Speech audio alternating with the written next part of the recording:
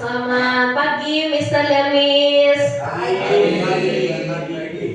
Ya, hari ini saya akan menjelaskan tentang pola pikir bertumbuh. Sebelumnya saya ingin menanyakan kabar Mr. dan Miss. Apa kabarnya hari ini? Luar biasa.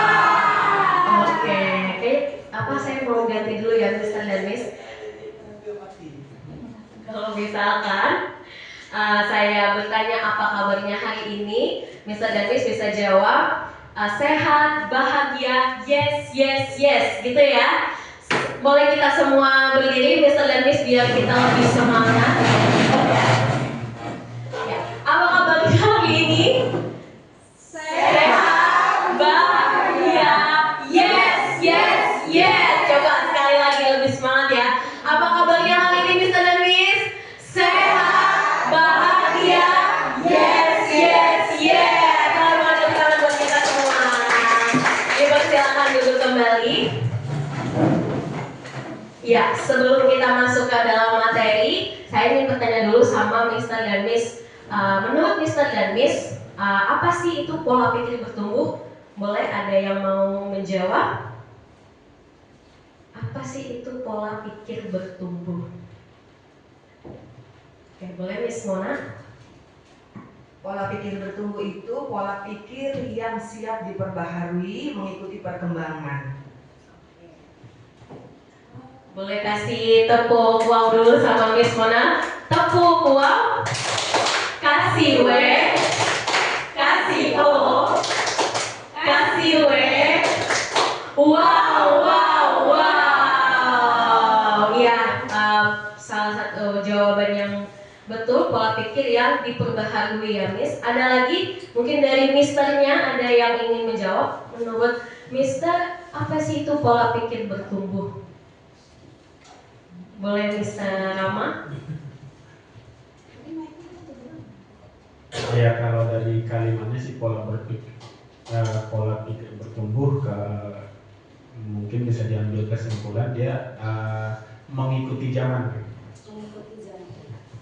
Oke, terima kasih Bapak. Tepuk salut dulu yuk. Tepuk salut. Salut, salut. Selamat salut. Salut. Ya, pola pikir yang mengikuti zaman. Ya, jawaban Bapak Ibu, Miss tadi betul. Nah, menurut Menteri kita Prof. Abdul Muti, kalau orang berpikir dengan growth mindset, yang kita bisa sebut growth mindset, maka dia yakin masalah yang hanya sedikit itu jalan keluarnya banyak. Jadi jangan berputus asa dan yakin pasti ada jalan keluar. Nah, ada yang melatar belakangi hasil survei mindset dalam PISA. PISA ini adalah program for International Student Assessment, yaitu salah satu studi internasional untuk studi pendidikan dalam literasi, membaca, matematika, sains. Itu meneliti bahwa Indonesia, dan ini diselenggarakan tiap 3 tahun sekali, meneliti bahwa Indonesia termasuk satu dari 6 negara yang memiliki persentase murid yang growth mindsetnya di bawah. Bayangkan Mr. dan Miss, ternyata kita masih ada di peringkat terbawah ya di dalam growth mindset ini. Itu ya 29%, nomor 3 dari bawah. Nah, selanjutnya ini membuktikan bahwa pola pikir adalah segalanya. Dalam menentukan tindakan dan hasil itu dimulai dari pola pikir. Nah, pola pikir akan mendikte tindakan yang dilakukan serta menentukan hasil yang diperoleh. Jadi dimulai start from start from your mindset, seperti itu. Nah, ternyata pola pikir juga lebih penting dari keterampilan. Nah, kalau misalkan ada piramida seperti ini, nah pola pikir ini termasuk fondasinya, ya, dari keterampilan dan toolsetnya. Pola pikir yaitu cara melihat dan cara berpikir dalam menangani suatu masalah. ya. Dan ini berperan untuk memperluas cara seseorang dalam melihat dan berpikir. Dan juga banyak jenis-jenis pola pikir. Jadi jenis-jenis pola pikir ini ada dua, ada growth mindset dan fixed mindset. Nah, kalau untuk growth mindset ini suatu keyakinan bahwa kecerdasan dan keterampilan itu bisa diasah dengan belajar dan berusaha. Sedangkan yang kedua adalah fixed mindset. Fixed mindset tersebut suatu keyakinan bahwa kecerdasan dan keterampilan itu setiap orang punya, tapi tetap itu nggak bisa diubah gitu. Jadi nggak perlulah namanya belajar gitu. Dan selanjutnya, makanya dalam buku The Growth Mindset yang ditulis oleh Annie Brock dan Heather Harley, ini merupakan suatu perlawanan. Makanya ada pola pikir tetap dan pola pikir bertumbuh. Ketika ada challenge, ketika ada tantangan, orang yang kita sebut aja PPT ya, PPT itu pola pikir tetap dan PPB itu pola pikir bertumbuh. Orang yang memiliki mindset pola pikir tetap atau PPT itu setiap ada tantangan dia menghindar. Dia nggak mau tuh yang namanya tantangan. Kalau misalkan orang yang PPB ya mempunyai pola pikir bertumbuh, itu dia menerima tantangan. Ya, saya hadapi aja tantangan itu. Barangkali siapa tahu bisa memperkaya diri saya, seperti itu. Kalau untuk obstacle ini masalah. Kalau orang yang berpikir PPT itu mereka menyerah. Kayak saya nggak bisa deh menghadapi tantangan ini, ya udahlah emang nggak bisa. Tapi kalau untuk PPB pola pikir bertumbuh, nah ini orang yang memiliki PPB ini dia bertahan dan saya harus berusaha gitu. Saya tetap harus mencoba dan masuklah ke effort itu usaha. Nah, kalau misalkan orang yang PPT, orang yang memiliki pola pikir PPT itu mubazir, nggak usahlah usaha capek-capekin tenaga aja gitu. Tapi kalau untuk orang yang memiliki PPB itu merupakan peluang bagi dirinya untuk bisa berkembang. Selanjutnya kritik. Ada orang yang menerima kritikan itu dalam PPB, nah itu merupakan suatu informasi buat diri mereka. Lalu kalau misalkan orang yang mempunyai pola pikir tetap atau PPT itu merupakan serangan buat mereka.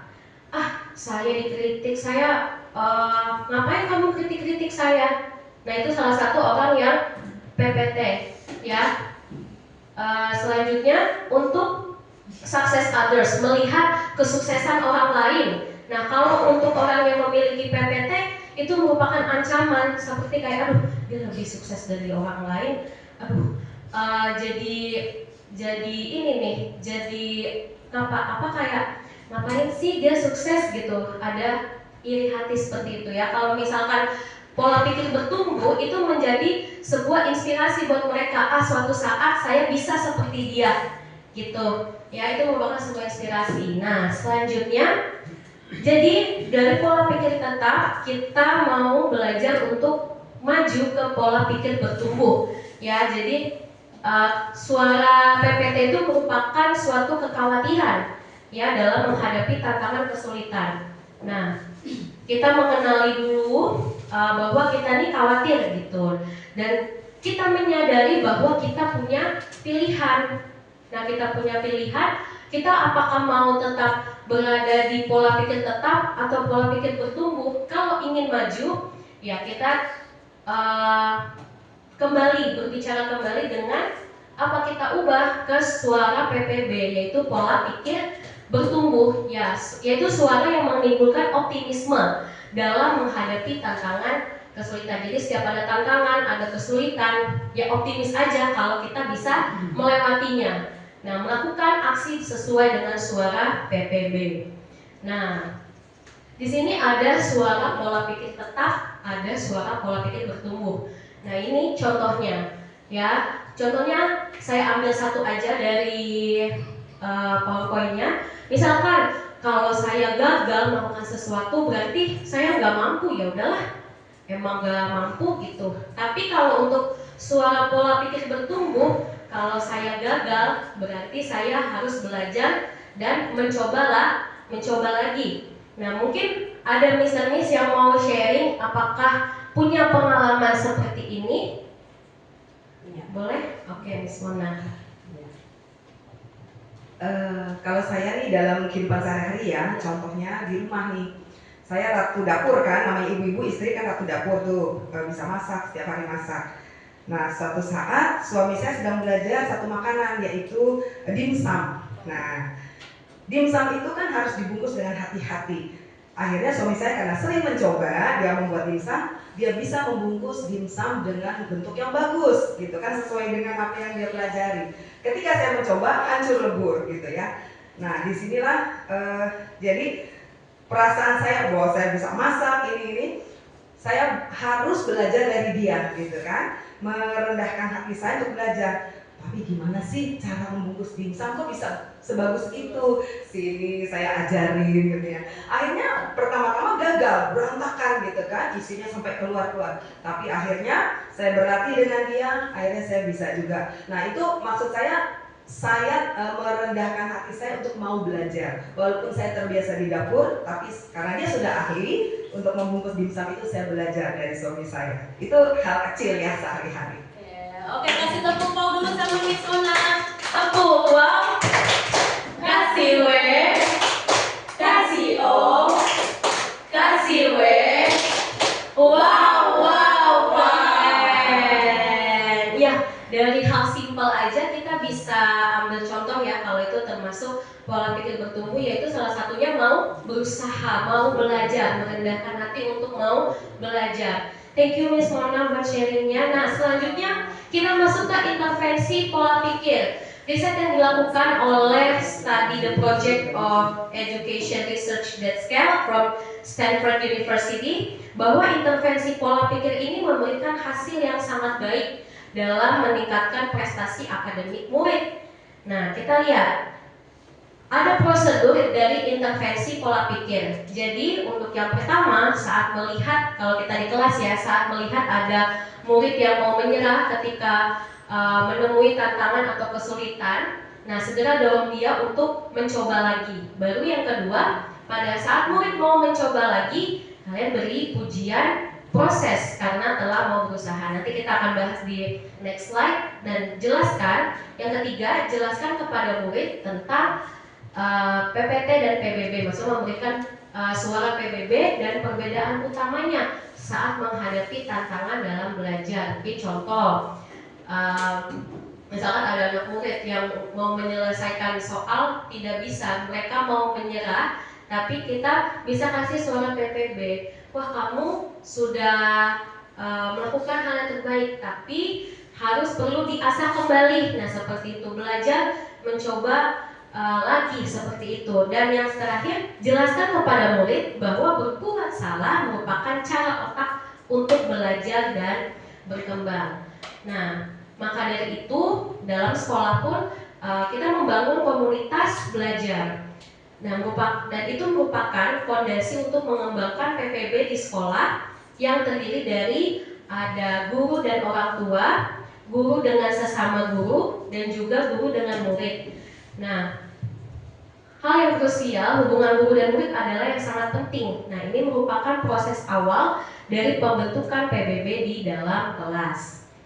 Nah, begitu juga hubungan guru dan murid. Nah, murid mengetahui bahwa gurunya yakin kepada kemampuan muridnya dalam belajar. Jadi, apa ya, kalau misalnya kita bilang tuh punya chemistry gitu ya sama murid kita di dalam kelas. Ya, setiap kita mengajar, we have a chemistry to our students in class, gitu kan. Murid mengetahui kalau gurunya yakin kepada kemampuan muridnya, murid menghormati dan menyukai gurunya, murid mau meminta masukan, dan murid sadar bahwa nilai akademik yang diperoleh tidak lebih penting dari perkembangan diri mereka sendiri. Meskipun dua-duanya itu harus diimbangi ya, Mr. dan Miss. Dan juga murid feel safe with his or her teacher. Dan ini kita masuk ke pujian pribadi dan pujian proses. Ya, jadi ada pujian pribadi dan pujian proses. Kalau pujian pribadi, nah ini bisa kita lihat. Nah, pujian pribadi kamu, contohnya kamu memang berbakat, kamu pintar, ya, kamu anak yang baik. Nah, itu suatu pujian pribadi kita kepada siswa, kepada anak. Dan juga kalau untuk pujian proses, contohnya nih, kamu butuh materi matematika yang akan menantang otakmu. Ya, bisa dilihat perbedaannya ya, Mister dan Miss. Kalau pujian proses ini lebih seperti tadi, lebih mementingkan prosesnya siswa ya dalam pembelajaran.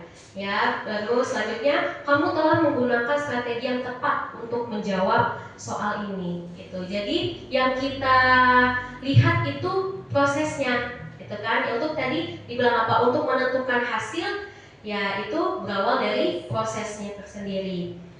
Baru, nah kalau dalam kalimat bahasa Inggris itu the power of yet. Nah, misalkan penambahan kata yet dalam sebuah kalimat negatif ternyata mampu mengubah maknanya dari tidak menjadi belum. Misalkan I cannot do this yet. This doesn't work yet. Jadi itu penambahan kata yet itu dalam bahasa Inggris. Nah, itu merupakan oh kalau ini bukan berarti nggak bisa, berarti belum bisa gitu ya. Jadi ini merupakan prinsip utama dari pola pikir bertumbuh ya. Dan lanjut, nah ini Profesor Manu Kapu dari HK Institute of Education telah melakukan penelitian yang mendalam dan membuktikan bahwa murid yang diberi kesempatan untuk mencoba dan berjuang itu dan mencari solusi, mereka akan lebih mudah memahami suatu pembelajaran. Nah, ini kita lanjut.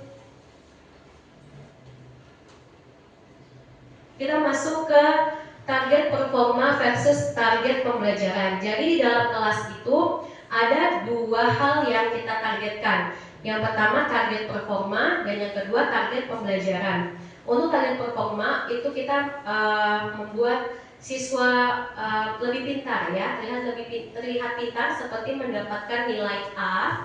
Ya, kalau ini pada nilainya, dan yang kedua target pembelajaran. Nah, untuk membantu seseorang untuk belajar, ya, misalkan untuk mampu berkomunikasi dalam bahasa Inggris, seperti itu. Ada performance goals, yaitu dalam akademiknya, dan learning goals-nya apa yang didapat dari materi apa yang siswa-siswi bisa dipahami. Dan Prof. Carol Ames dari MSU telah membuat metode target, ya, target untuk membedakan kelas dalam 6 dimensi. Nah, untuk task, tugas itu jenis tugas yang diberikan kepada siswa. Kalau untuk target performa biasanya itu tugas yang kita berikan sehari-hari. Kalau untuk target pembelajaran, nah tugasnya itu bervariasi dari yang mudah sampai yang sulit dan menantang. Baru yang A, authority atau otoritas, itu peran murid dalam membuat sebuah keputusan. Nah, untuk target performa, guru memberikan petunjuk yang jelas untuk mengerjakan tugas. Kalau untuk target pembelajaran, nah guru hanya menunjukkan petunjuk di awal dan selebihnya siswa mencari cara untuk mengerjakan tugas tersebut. Nah, untuk target pembelajaran ini bisa dibedakan ya Mr. dan Miss, target performa dan target pembelajaran. Kalau untuk target pembelajaran ini tingkat kesulitan soalnya lebih menantang, lebih sulit. Nah, nanti bisa saya berikan materinya melalui WA group ya. Ada task, ada authority, ada recognition, ada grouping. Nah, untuk grouping ini kalau target performa itu murid dikelompokkan berdasarkan kemampuannya, dan juga kalau untuk target pembelajaran murid dikelompokkan berdasarkan minat, ya, berdasarkan minat dan cara belajarnya. Terus ada evaluation dan juga time. Nah, kita lanjut. Pembelajaran berbasis otak. Jadi dalam PPB ini fondasi ilmiah yang sangat kuat yaitu neuroscience. Dan jadi dalam otak itu apabila anak-anak setiap manusia kalau misalkan diberi tantangan dan mereka mau mencoba lagi, ya mencoba lagi terus bertahan, belajar, mencoba terus, dan ternyata itu memicu aktivitas otaknya sehingga membuat proses belajar berjalan dengan lebih baik dan efektif. Jadi ada apa ya, misal saya bilangnya ada semangat, ada semangat, ada tangguh ya kalau dibilang ya, tangguh ya dalam menghadapi ya berjuang seperti itu, ada semangat daya juangnya gitu dalam menghadapi tantangan. Dan begitu juga ini termasuk kan mathematical mindset ya. Prof. Joe Boller dari Stanford University membuktikan bahwa murid yang melakukan kesalahan dan menjawab dalam soal matematika lalu mencoba lagi itu dapat memicu aktivitas otaknya. Nah, kita masuk ke peta pikiran. Jadi peta pikiran ini yang diciptakan oleh Prof. Tony merupakan sebuah alat belajar yang sesuai dengan cara kerja alami otak ya. Jadi sangat tepat untuk PM ini. Sudah pada pernah dengar kan ya Mr. dan Miss membuat peta pikiran? Nah kan ya. Nah, dalam menyusun peta pikiran ada 3 hal ya, ada 3 penyusunan. Yang pertama itu adalah topik yang mau kita bahas apa. Topik yang mau kita bahas apa, baru habis itu ada cabang utama. Nah, cabang utama ini bagaikan nanti misalnya Miss tahu bagaikan kayak perbabnya.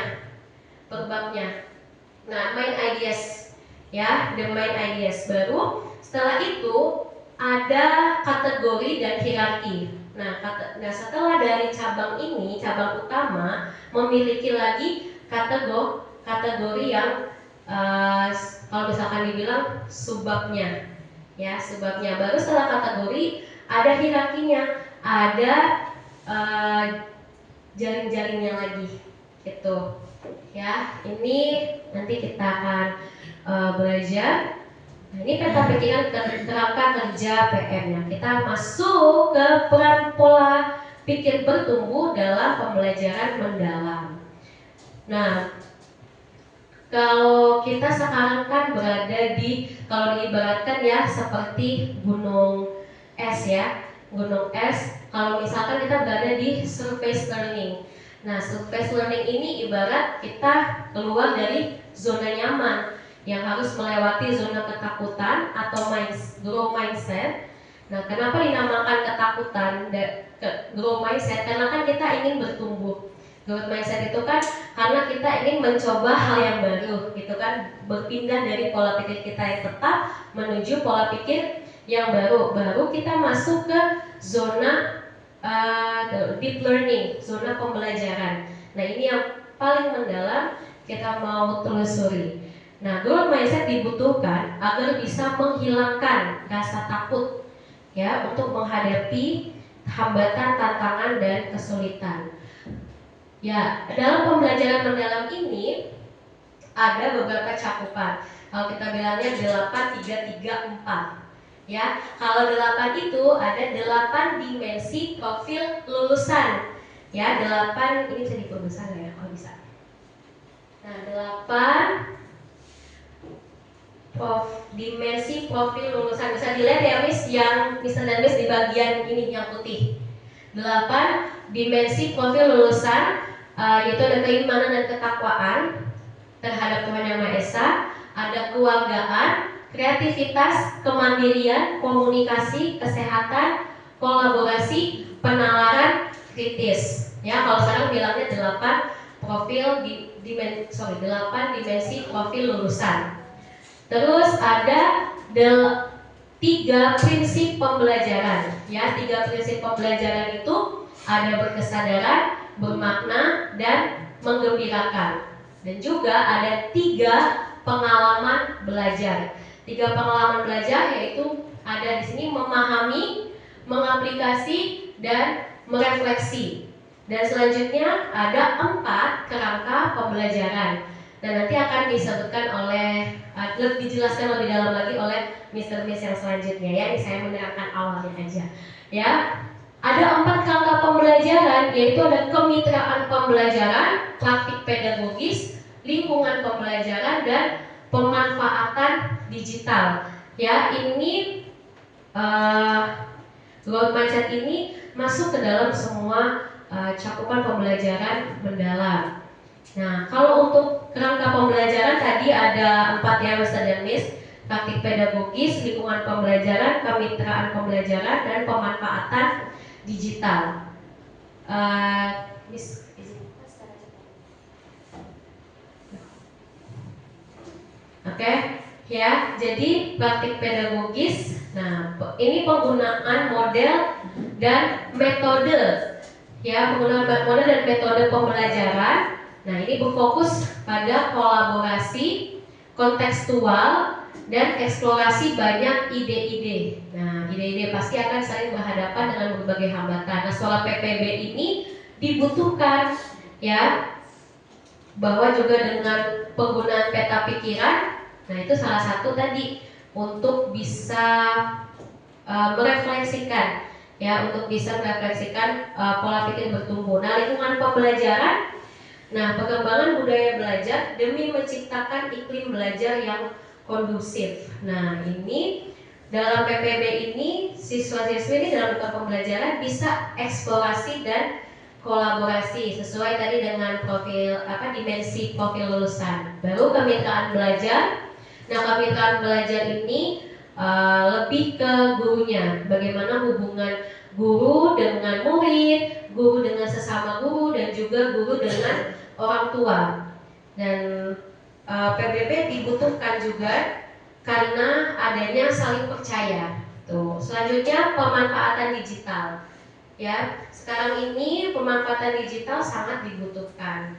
Ya, termasuk ada juga nih istilahnya digital mindset. Dan lanjut, kalau dalam pengalaman belajar PPB ini peran pola pikir bertumbuh dalam pengalaman belajar memahami itu. Suara PPB dibutuhkan ya supaya mereka mau bertahan dan terus mencoba, dan juga mengaplikasikan itu pemecahan masalah nyata, yaitu dibutuhkan suara PPB supaya murid gak takut nih dalam berbagai kendala yang akan terjadi. Jadi ada itu tadi dibilang di awal, ada daya juangnya dalam menghadapi masalah. Baru merefleksi dalam tahap ini peran PBB sangat besar, ya, karena murid akan diajak untuk memahami sejauh mana tujuan pembelajaran itu telah tercapai. Baru masuk ke prinsip pembelajaran BBM, berkesadaran, bermakna, menggembirakan, ya. Peran pola pikir bertumbuh, kalau PPB itu sadar kalau bahwa belajar adalah sebuah proses dan nanti mereka akan memiliki pola pikir yaitu learning mindset, ya, bahwa pasti dalam pembelajaran itu tidak berjalan dengan mudah, pasti akan selalu ada hambatan, akan selalu ada tantangan. Nah, itu mereka harus bisa menghadapi. Baru habis itu bermakna. Soal PPB ini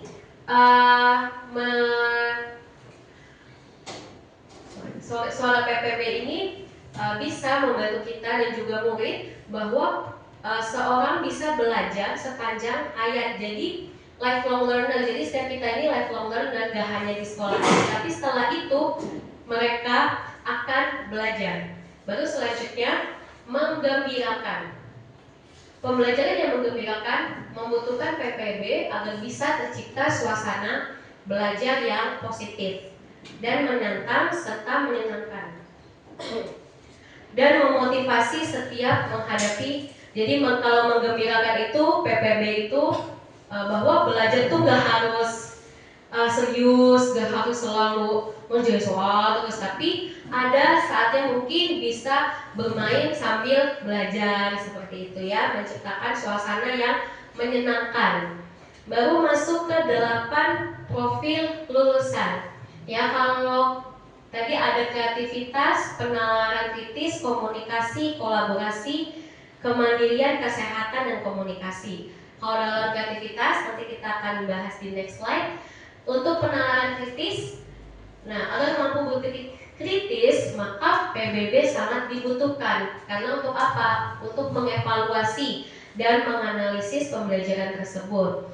Baru komunikasi agar mampu berinteraksi dengan orang lain dan berbagi serta mempertahankan pendapat, dan juga bisa menyampaikan sudut pandang yang beragam dan membutuhkan PBB sehingga proses komunikasi dapat berjalan dengan efektif.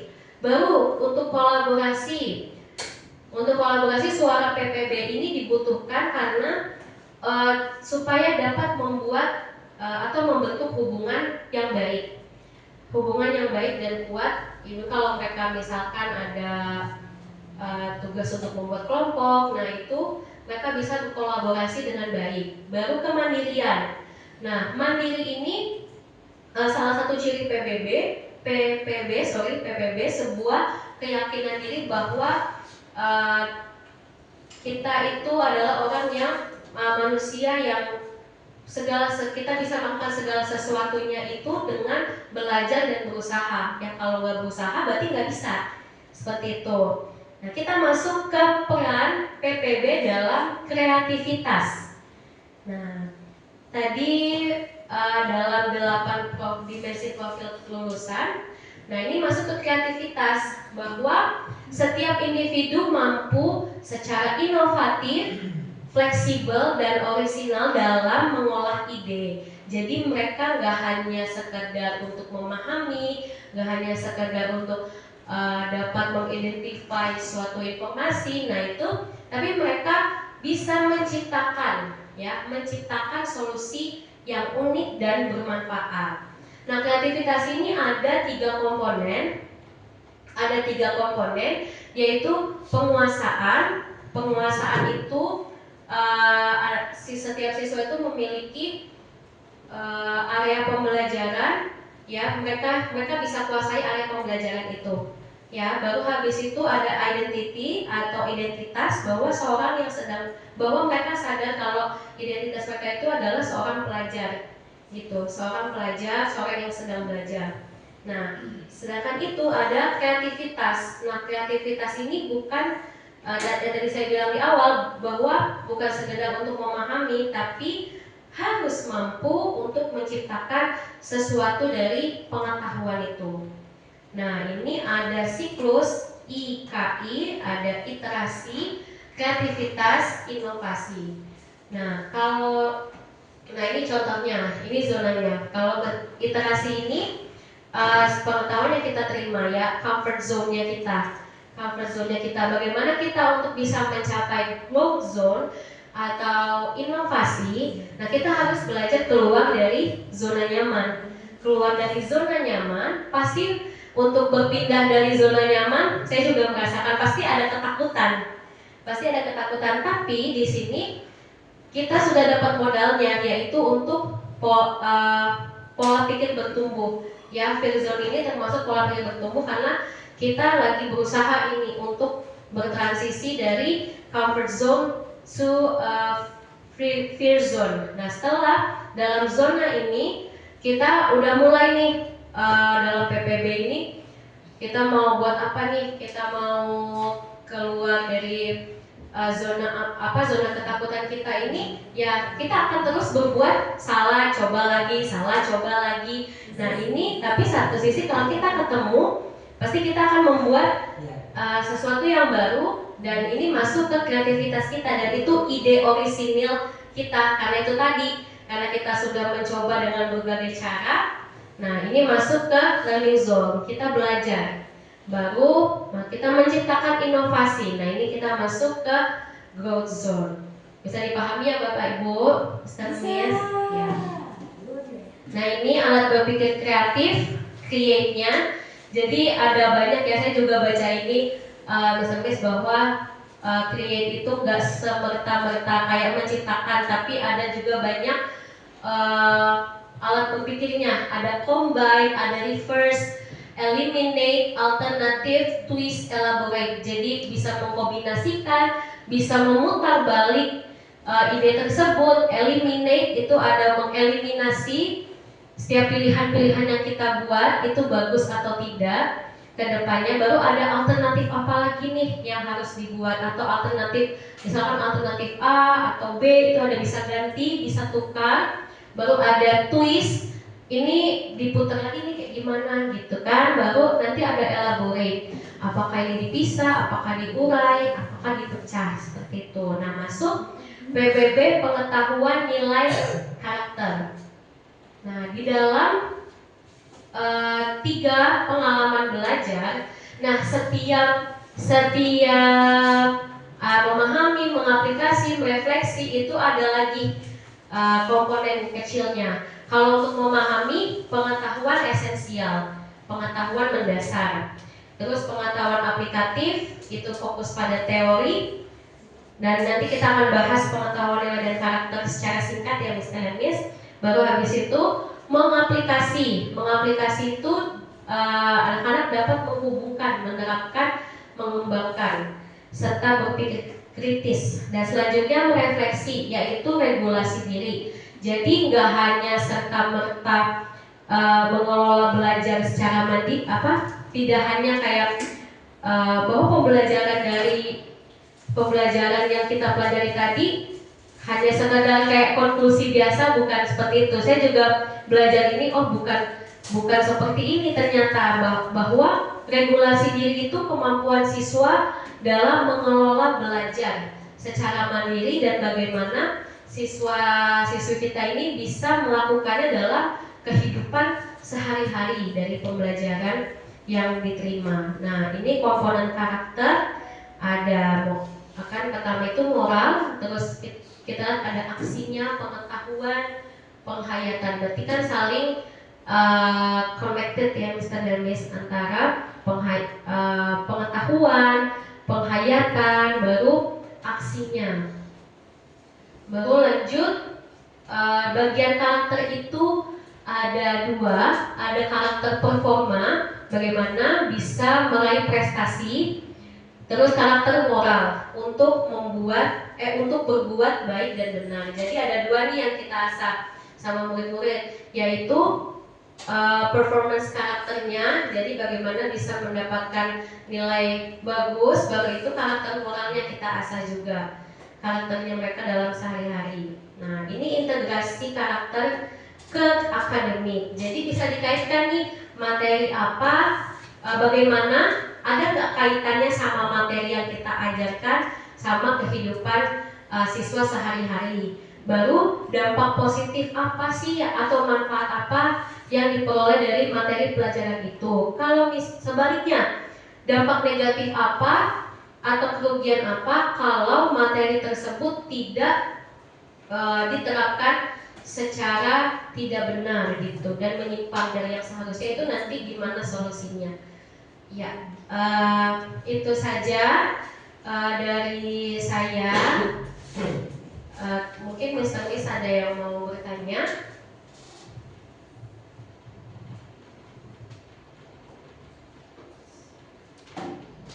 Oke.